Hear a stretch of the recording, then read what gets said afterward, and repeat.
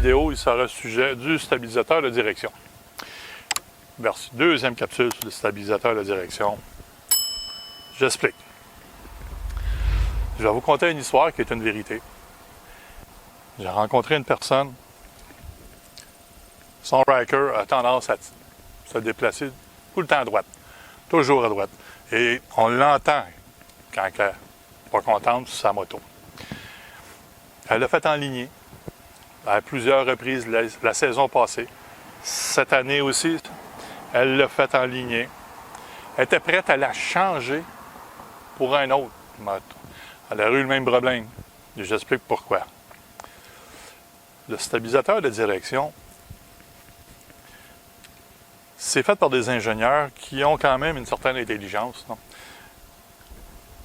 Ça doit être installé 1 pouce, 3 pouces ou 5 pouces. Allez voir la vidéo, dans la description, vous allez vous comprendre pourquoi. Il a été installé tout croche, 1 pouce et quart, 4 pouces 3 quarts, où le 5 pouces a été pris, mais pas à bonne place. Il faut le prendre à une certaine place. Le 3 pouces, c'est correct, sauf que sur la composante, le stabilisateur de direction, il y a une petite canule sur le dessus. Elle était couchée. Ça doit être debout. Il y a quand même de quoi qui se passe. Il y a une interaction qui se passe là-dedans. Et au bout de cette petite canule-là, il y a une roulette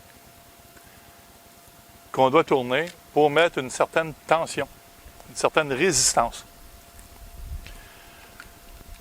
Celui qui l'a installé avec intelligence, il l'a mis au maximum. On ne met pas ça au maximum. On met ça à 5. On regarde. Si c'est un peu trop facile, à cause qu'on pogne des bosses puis il shake encore, on l'augmente un petit peu. On peut le mettre à 5,5, à 6, on l'ajuste. Ce qui arrivait, c'est que quand on le met au maximum, il y a un fluide qui se promène d'un côté à l'autre. Parce qu'il y a un cylindre avec un piston dedans. Il y a une tige avec un piston. Et pourquoi ça tire à droite? C'est que d'un côté, il y a une tige, puis de l'autre côté, il n'y en a pas. Merci, bonjour. Le piston, il a tendance à prendre son temps pour revenir. Et quand on y en donne trop, il a tendance à repousser le système pour s'en aller vers la droite. Quand je l'ai regardé, j'ai pris mesure parce que j'essayais de trouver des solutions. Ça m'a pris un bout de temps avant de comprendre c'est quoi le trouble. Là. J'ai regardé, pris mesure, la moto était ici chez moi.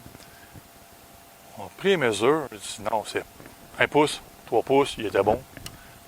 5 pouces, c'était pas correct. La canule n'était pas du bon sens. On a ajusté ça à 5, elle est allée se promener. Et j'ai même pas eu le droit à un merci parce que j'avais trouvé la solution. Et pourtant, il y a des mécaniciens certifiés, là, Can-Am, qui n'ont pas trouvé la solution. C'était juste qu'il était ajusté trop serré pour elle et pour tout le monde. Diane, quand je l'ai faite, est à 5,5, je crois, Diane, de mémoire.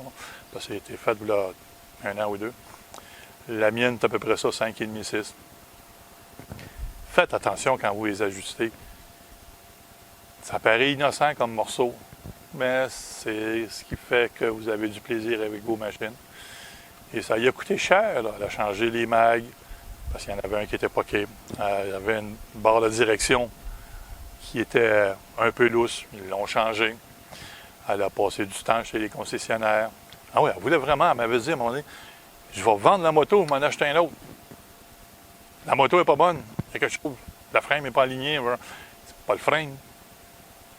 C'est juste un ajustement, c'est un stabilisateur de direction qui a été monté de travers puis ajusté tout croche. J'espère que cette vidéo-là va vous aider. Revérifiez 1 pouce, 3 pouces, 5 pouces. Allez voir la vidéo, c'est écrit dedans. Là. Je l'explique comme du monde. Je vous remercie. Passez de belles rides. Amusez-vous. Profitez-en, l'hiver s'en vient. Au plaisir.